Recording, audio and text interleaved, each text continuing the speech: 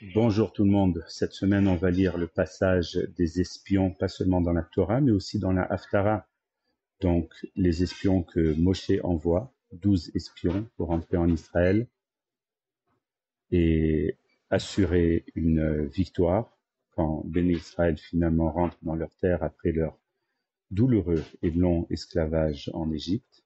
Ensuite, dans la Haftara, on lit encore le passage des espions.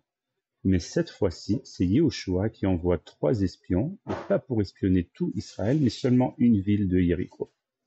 On dirait que c'est de l'histoire, c'est des histoires, mais on sait que la Torah n'est pas un livre d'histoire, il doit avoir des leçons à gagner dans tout ça. Alors, explorons ça nous-mêmes comme des bons espions, des explorateurs.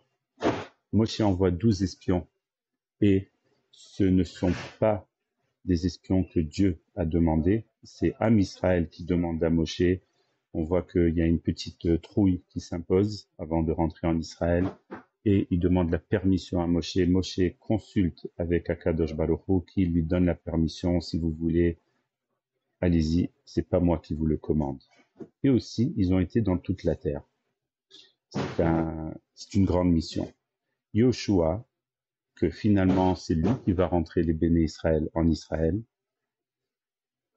sous le commandement divin, envoie 3 espions, mais pas dans tout Israël, je veux dire, mais seulement dans une ville de Jéricho. Donc une mission beaucoup plus atteignable. C'est quoi la différence entre les deux? Alors voilà. Moshe, c'est l'idée du tzaddik. Le tzaddik, c'est l'idée de complètement conquérir notre corps. Notre corps, c'est comme un Eretz Kenaan, que c'est notre travail de le transformer en Eretz Israël. Et c'est ça la mission du tzaddik, de complètement transformer pour le bien. Et ça, c'est quelque chose que c'est pas atteignable pour tout le monde. C'est une mission qui est très, très grande. Yoshua, lui, c'est l'idée de rentrer seulement à Jéricho. Jéricho, c'est l'idée de Réach. Le Zohar, il explique que ce sont les vêtements de l'âme. Les vêtements de l'âme sont la parole, la pensée, la parole et l'action.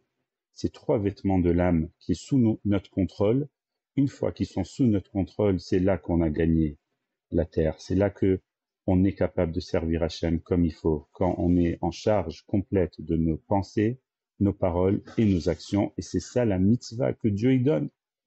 Et c'est pour ça que Yehoshua a réussi sa mission, parce que c'est une mission qui est atteignable. Mais maintenant, la question se pose, si la mission de Moshe n'était pas pour tout le monde, alors pourquoi elle est dans la Torah? À quoi ça sert de nous raconter ça si la Torah n'est pas un livre d'histoire? C'est parce que pour finalement être capable de au moins accomplir ce qu'on doit accomplir, on est obligé de viser haut, de viser pour être un tzaddik. Et Bezrat Hashem, on sera ce que le Tanya il appelle un Benoni, quelqu'un qui est en contrôle de sa pensée, parole et action. On voit ici comment c'est similaire, notre amour pour la terre d'Israël, que Dieu la protège et tous ses habitants, et notre corps, notre propre corps. Et on voit la corrélation, le parallèle, que conquérir un, c'est conquérir l'autre. Alors commençons, chacun d'entre nous, nous-mêmes, à faire plus attention à nos pensées, nos paroles et nos actions. Amenons la paix en nous-mêmes, dans nos familles, dans Eretz Israël et pour le monde entier. Amen.